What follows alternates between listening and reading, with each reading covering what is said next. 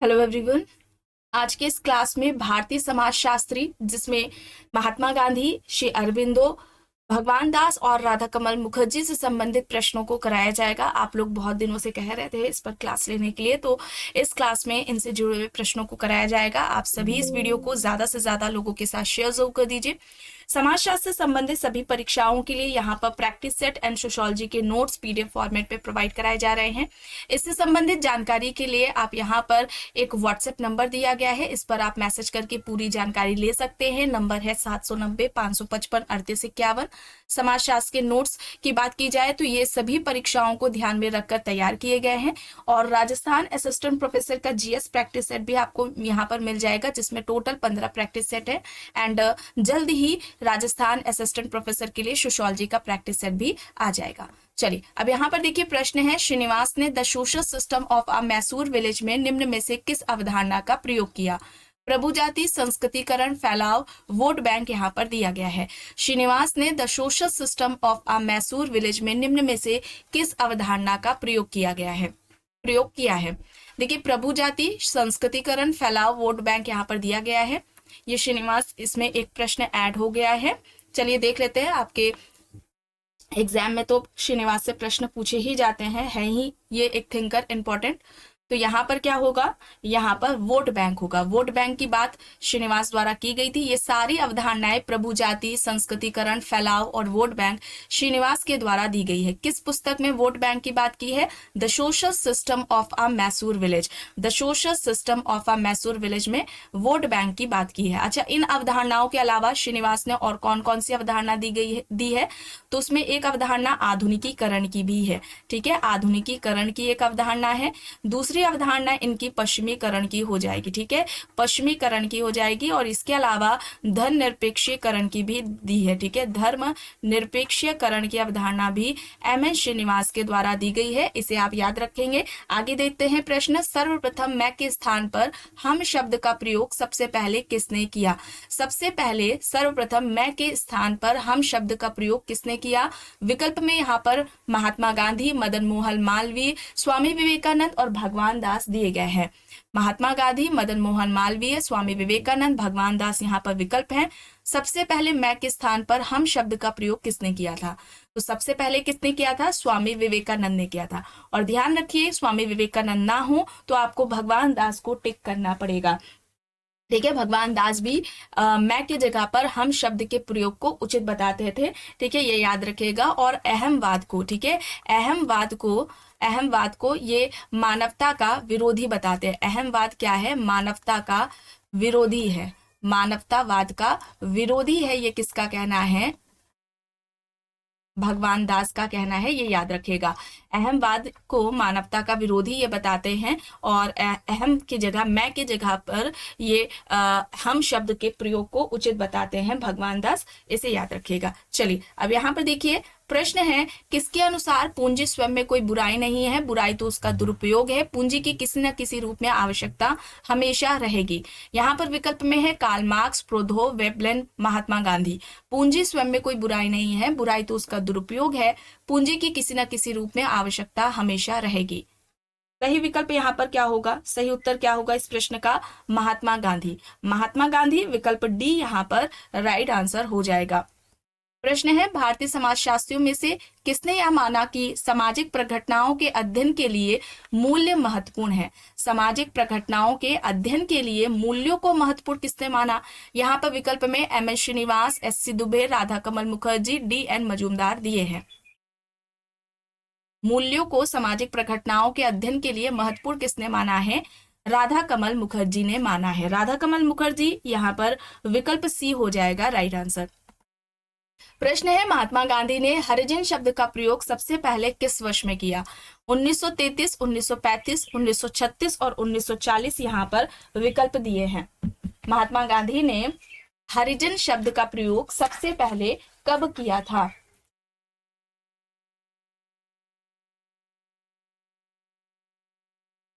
तो यहाँ पर जो सही विकल्प है, सही उत्तर है, वो कौन सा हो जाएगा? विकल्प ए, 1933। ठीक है, 1933 में ही हरिजन नाम की इनकी अंग्रेजी में साप्ताहिक अखबार जो है वो आता है। ठीक है, ये याद रखिएगा, प्रकाशित किया गया था 1933 में, हरिजन नाम का। चलिए आगे देखते हैं। प्रश्न है, अहमवाद को मानवतावाद का सबसे बड़ा शत्रु किसने माना? अभी बताया गया। यहाँ पर अरविंदो, विवेकानंद, भगवान दास, महात्मा गांधी दिए गए हैं। अहमवाद को मानवतावाद का सबसे बड़ा शत्रु किसने माना था? यहाँ पर राइट आंसर क्या होगा?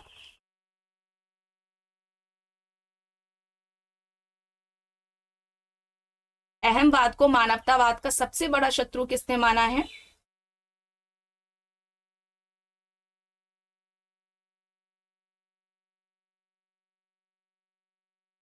राइट यहाँ पर होगा डॉक्टर भगवान दास। डॉक्टर भगवान दास, विकल्प डी यहाँ पर राइट होगा।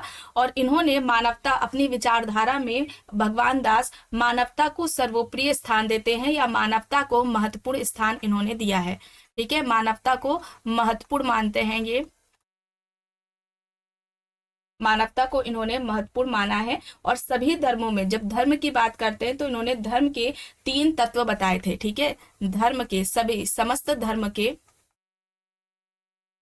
3 तत्व बताए थे। 3 तत्व सभी धर्मों में हमें देखने को मिलते हैं। पहला, इन्होंने जीवन को बताया है। दूसरा, इन्होंने प्रकाश को बताया है। और तीसरा, इन्होंने शक्ति को बताया है। ठीक है, ये सभी धर्मों में हमें 3 तत्व देखने को मिलते हैं, और इन्हीं 3 तत्वों से ही धर्म की उत्पत्ति हुई है। ठीक है, इन तत्वों से, इन 3 तत्वों से धर्म की उत्पत्ति हुई है, ये याद रखिएगा। ठीक है, इन 3 तत्वों से धर्म की उत्पत्ति हुई है, ये किसका कहना है? जीवन, प्रकाश, शक्ति से धर्म की उत्पत्ति हुई है। ये बात किसके द्वारा कही गई है? तो डॉक्टर भगवान दास के द्वारा कही गई है। और भगवान दास ने मानवता को महत्वपूर्ण माना था, ये बात भी आपको याद रखनी है। चलिए आगे देखते हैं। प्रश्न है, विश्व राज्य की कल्पना किसने की? महात्मा गांधी, श्री अरबिंदो, मार्क्स हैं, शुट्स यहाँ पर विकल्प में है।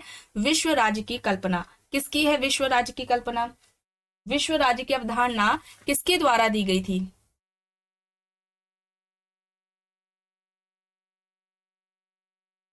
राइट आंसर यहाँ पर क्या हो जाएगा? विश्व राज्य की जो अवधारणा है वो किसकी है?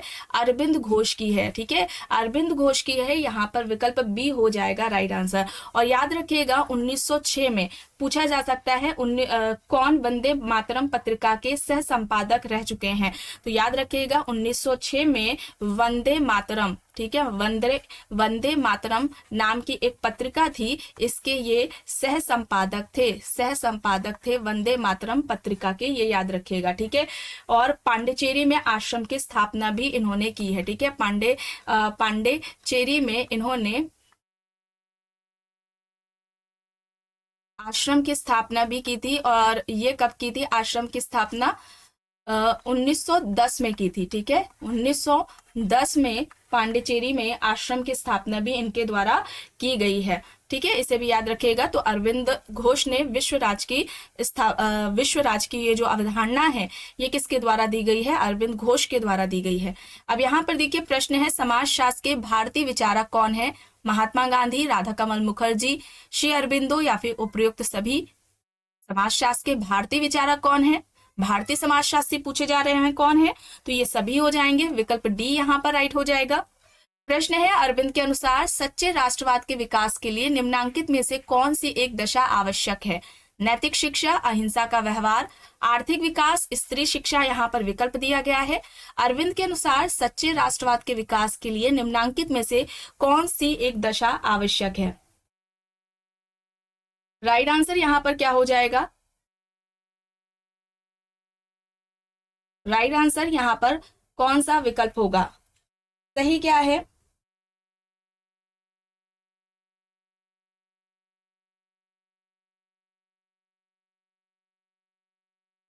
यहाँ पर राइट आंसर नैतिक शिक्षा है। ठीक है, नैतिक शिक्षा है। ऑप्शन ए यहाँ पर राइट आंसर है। ठीक है, ऑप्शन ए यहाँ पर राइट आंसर हो जाएगा। ठीक है, चलिए अब यहाँ पर देखिए प्रश्न है, पुस्तक से संबंधित the essential unity of all religion किसके द्वारा लिखी गई है? Ambedkar, Radha Kamal Mukherjee, Mahatma Gandhi, doctor Bhagwan Das. The essential unity of all religion ये किसकी पुस्तक है?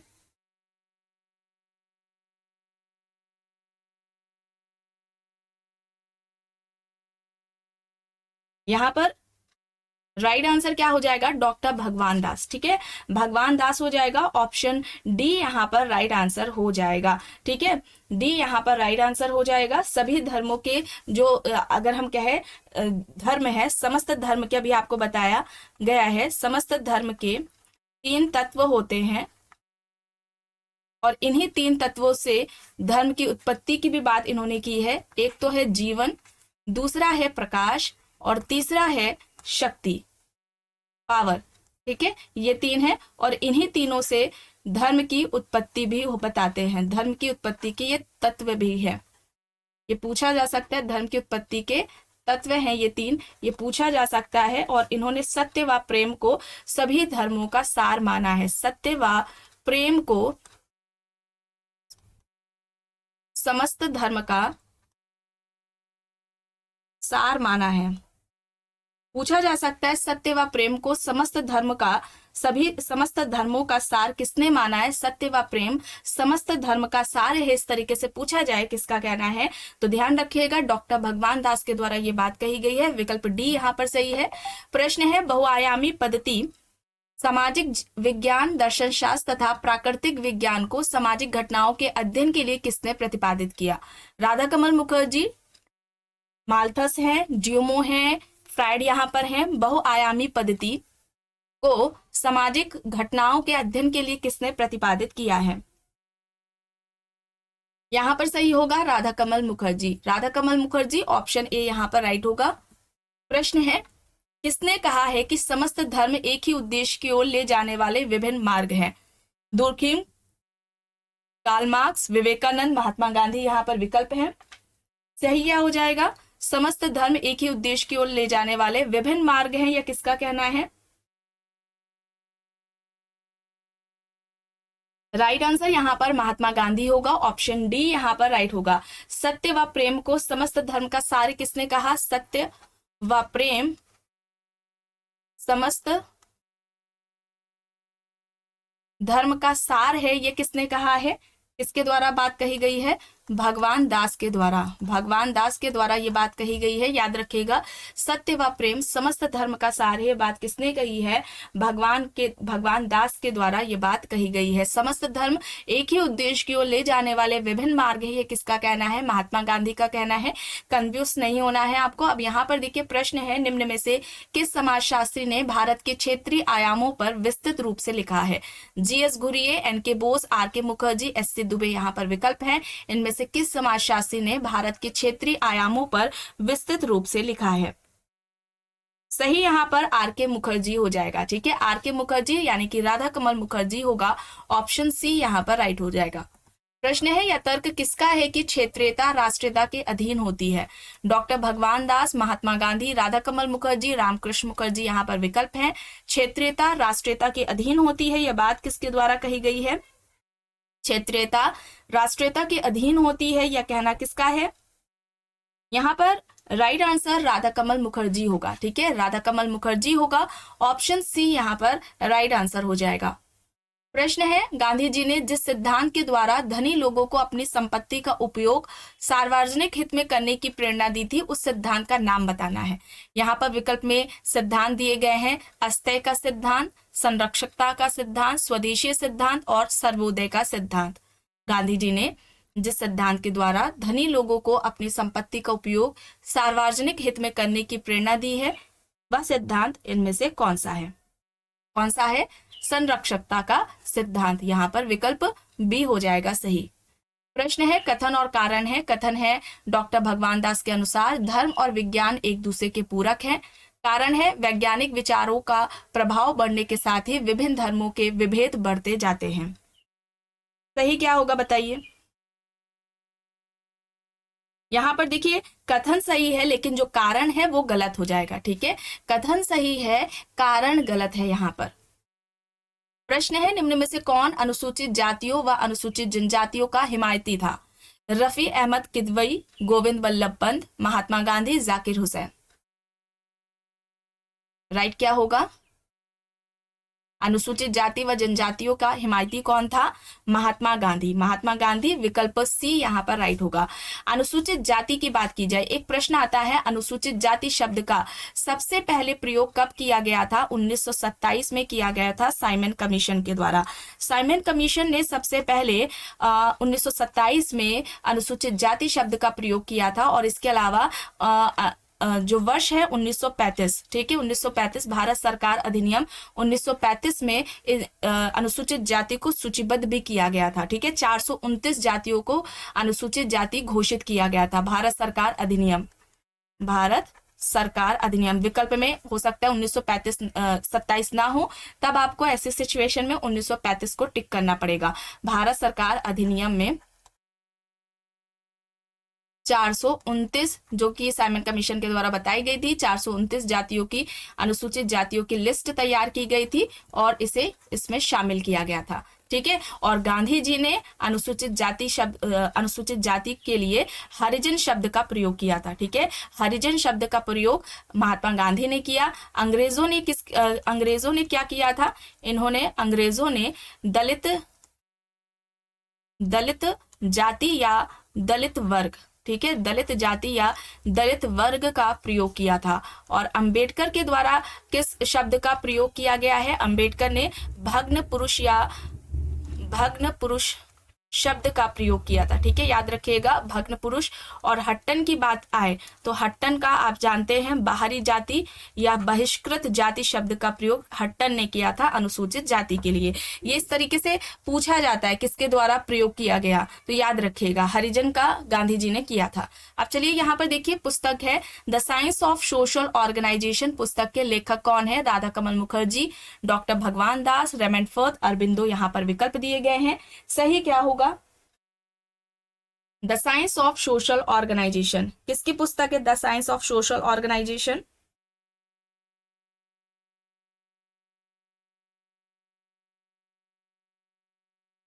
ये पुस्तक है डॉक्टर भगवान दास की, ठीक है, डॉक्टर भगवान दास की है। और डॉक्टर भगवान दास थियोसॉफिकल सोसाइटी से जुड़े थे। इस तरीके से भी प्रश्न एक पूछा जाता है, याद रखिएगा, थियोसॉफिकल सोसाइटी से संबंधित कौन है, कौन जुड़ा हुआ था? तो याद रखिएगा डॉक्टर भगवान दास थे। और The Science of Social Organization, इस पुस्तक में इन्होंने धर्म की भी बात की है, ठीक है, याद रखिएगा, धर्म की भी बात इन्होंने इस पुस्तक में की है। और इसके अलावा सामाजिक संगठन की बात की है, संरचना की बात की है, सामाजिक संरचना की बात की है, कार्य प्रणाली की भी बात की है, ठीक है, कार्य प्रणाली की भी बात की है The Science of Social Organization में भगवान दास ने। चलिए अब यहाँ पर देखिए, निम्न में से कौन वर्ण व्यवस्था के समर्थक थे? महात्मा गांधी, अरबिंदो, डॉक्टर भगवान दास, विवेकानंद। यहाँ पर विकल्प दिए गए हैं, सही क्या होगा? राइट आंसर यहाँ पर क्या हो जाएगा? वर्ण व्यवस्था के समर्थक कौन थे? डॉक्टर भगवान दास, ठीक है, डॉक्टर भगवान दास हैं। ऑप्शन सी यहाँ पर राइट आंसर हो जाएगा।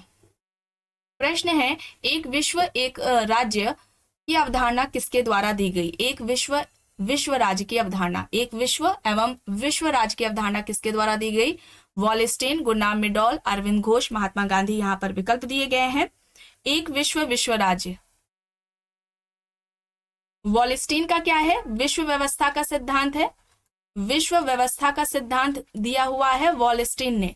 यहाँ पर एक विश्व और विश्व राज्य की अवधारणा की बात हो रही है और ये अवधारणा अरविंद घोष के द्वारा दी गई है, ठीक है, किसने दी है? अरविंद घोष ने एक विश्व राज्य की अवधारणा दी है, ठीक है। इन्होंने अरविंद घोष का जो दर्शन है वो एशिया और यूरोप के समन्वय पर आधारित है, ठीक है, ये याद रखेगा। या इस तरीके से पूछा जाए कि भारतीय दर्शन और यूरोपीय दर्शन को एक करने का काम किसने किया है? भारतीय दर्शन प्लस यूरोपीय दर्शन को एक करने का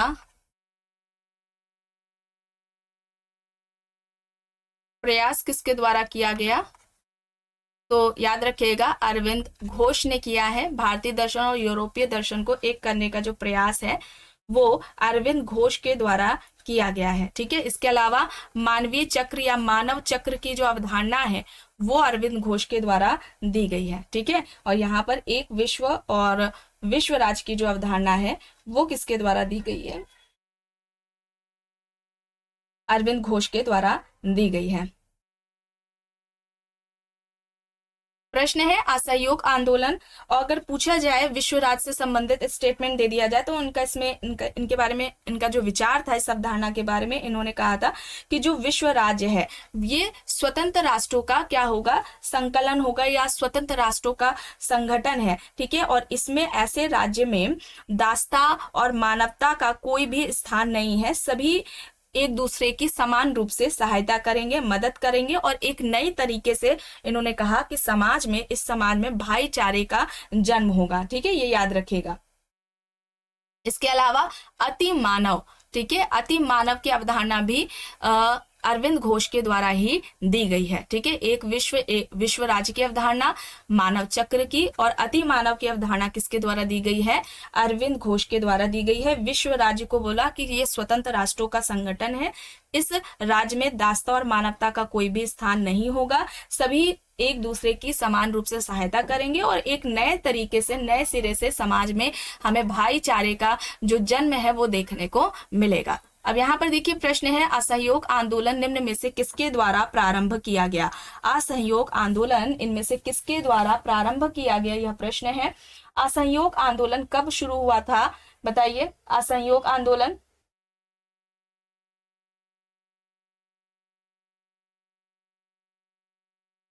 5 सितंबर 1920 में, असहयोग आंदोलन 5 सितंबर 1920 में शुरू होता है। ये याद रखिएगा। किसके द्वारा शुरू किया गया था?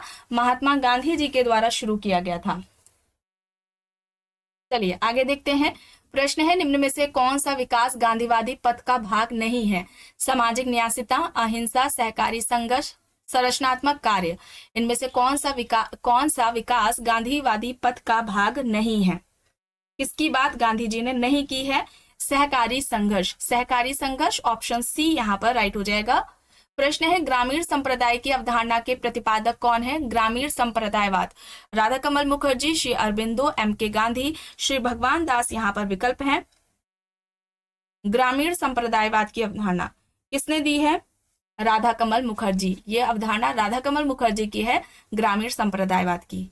आखिरी प्रश्न है डॉक्टर भगवान दास किस संस्था से संबंधित थे? ब्रह्म समाज, थियोसॉफिकल सोसाइटी, आर्य समाज, हरिजन सेवक संघ यहाँ पर विकल्प है।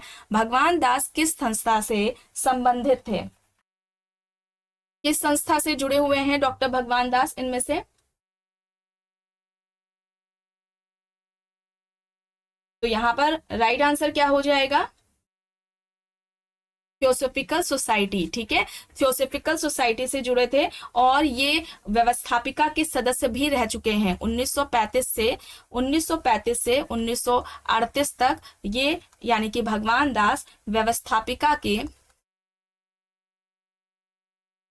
सदस्य रह चुके हैं। ठीक है, मेंबर रह चुके हैं। चलिए आज की क्लास में बस इतना ही। आई होप ये आपको पसंद आई होगी। अगर पसंद आई है तो प्लीज लाइक करिएगा, कमेंट करके जरूर बताइएगा।